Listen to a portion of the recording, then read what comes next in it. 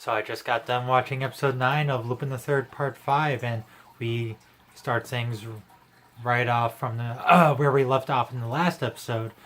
Lupin getting shot by Albert, and things are not faring well for Lupin, and they replay the very last part of the last episode, and we see Lupin blackout and Albert getting the upper hand. So how does Lupin get out of this? Well, of course, Goemon and Jigen bail him out. Albert was not expecting that. And then, and funny thing is, Albert actually hesitated on shooting Goemon. That's something to note. Show that Albert's probably not going to be the bad guy as we thought he was in the last episode. And that furthers on throughout the rest of the episode as we learn more about who Albert is, what was his history with Lupin, and heck, we learn even a little bit more of who Lupin was. Yeah, but anyway, after Goemon and Jigen get Lupin out of that situation, these two assassins, the same ones, no, they're two different assassins, but they are from the same person, Jose, that hired that masked assassin from last episode. I know I called that masked assassin Jose. I was wrong. Jose's the leader, apparently, as we find out, and we see this masked assassin later on in the episode. But anyway, these two new assassins are also really interesting. One is, she is pretty much has piercings everywhere. Her nails are super sharp. She has super sharp teeth, kind of like a shark. And the other kind of looks like Rey from Evangelion, with the patch, light blue hair, I believe it was. But her specialty, I guess you would say, is being Scorpion from Mortal Kombat. Yeah, she has this little dart wire, and she steals the black notebook from Albert. So, not looking good for Albert. And yeah, pretty much she yanks him, kind of like, get over here. She doesn't say that. She's kind of like a cute, someone you would not expect to be assassin, but whatever, it's Lupin. We see weird stuff all the time, and thankfully for Albert, he gets out there. So that was interesting to see these two new characters.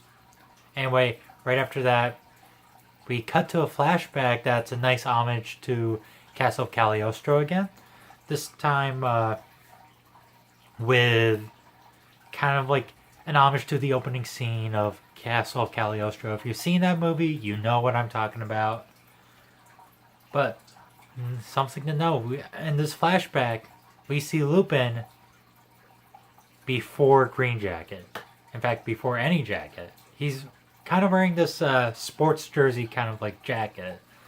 So this is not a look we see with Lupin, and this is a distinctively younger Lupin. And just like Castle Cagliostro, the money Lupin stole turned out to be counterfeit. Counterfeit from Alfred. No, not Alfred, Albert. Albert. No, not Alfred. Howard, that would be interesting if that was Batman's butler on those dollar bills. But anyway, and we find out that we learn more about Albert and Lupin. And it seems that Albert was essentially Lupin's rival. They were both thieves and kind of like rivals, and Albert's someone who gets under Lupin's skin. And of course, Lupin wakes up and to find Goemon and Jigen. So there's that. And another flashback after the first one, we see Lupin and Albert talking as... See, Lupin's telling Goemon and Jigen who Albert is. And Lupin says Albert is the man who abandoned Lupin. Now, it's always been hinted that Arsène Lupin is not Arsène Lupin III is not Lupin's real name, and we get confirmation that is the case because we see Lupin talking to Albert back when Sports Jersey Lupin, I'm going to call him that from now on.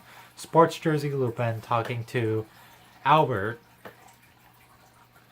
and we get the gist that Albert is leaving something, probably the organization that trained Lupin. And Lupin says, "You do realize, if you leave, I'm going to be one titled the Third." That's really interesting to know. This is the first time we distinctively got anything from Lupin's past before part 1. So this is somewhat like tapping into Lupin's origin that hasn't really been done because I don't think you could really successfully do that.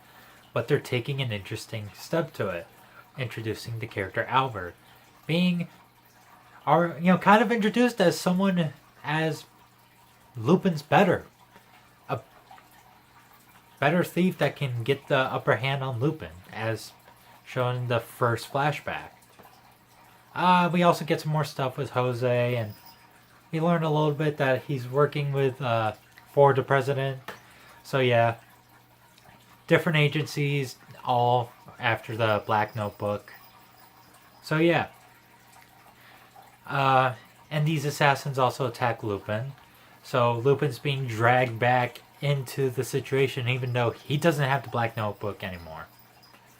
Then we find ourselves in the third and final flashback where Lupin and Albert are sent to a mission in Africa.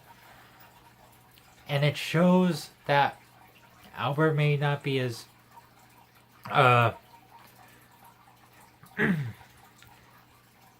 doesn't have as much as the upper hand as over Lupin as we thought he did, which is really interesting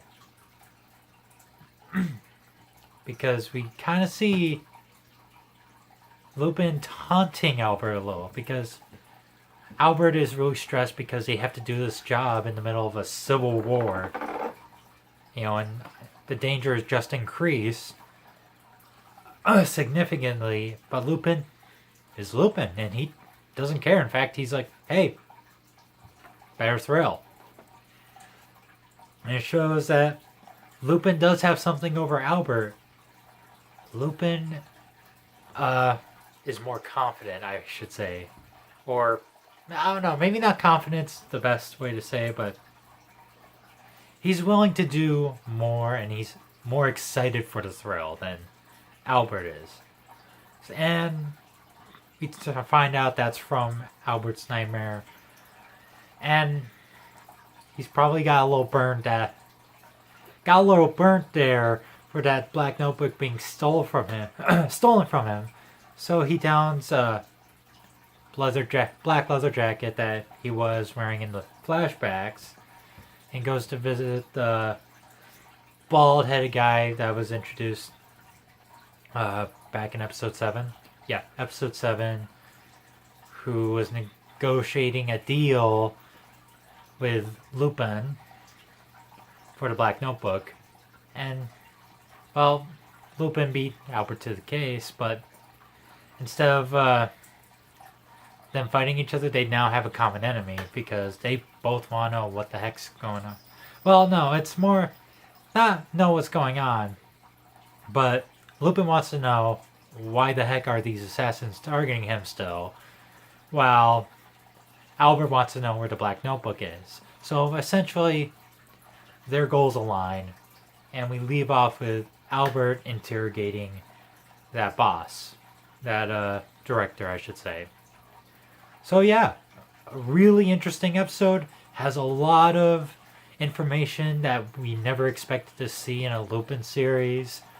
Never thought we would ever see, because especially with the origin, I thought of Lupin as kind of being similar to Joker. You can never give this guy an origin. Nothing that would be ever satisfying because there's a part of mystery of who Lupin is.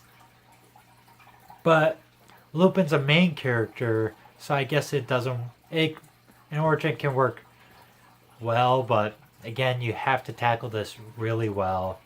And they do a good start, not only delving into a little bit of the origin, kind of like what Killing Joke did for the Joker.